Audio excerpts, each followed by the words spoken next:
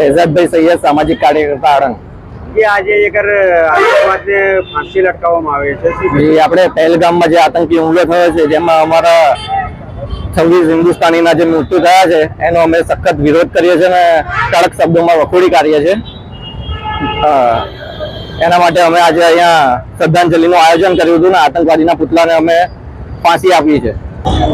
નીતિન પટેલ, સામાજિક કાર્યકર્તા, આણંદ જિલ્લો। આજે પુતળાને ફાંસી લટકાવવામાં આવે છે, શું કે?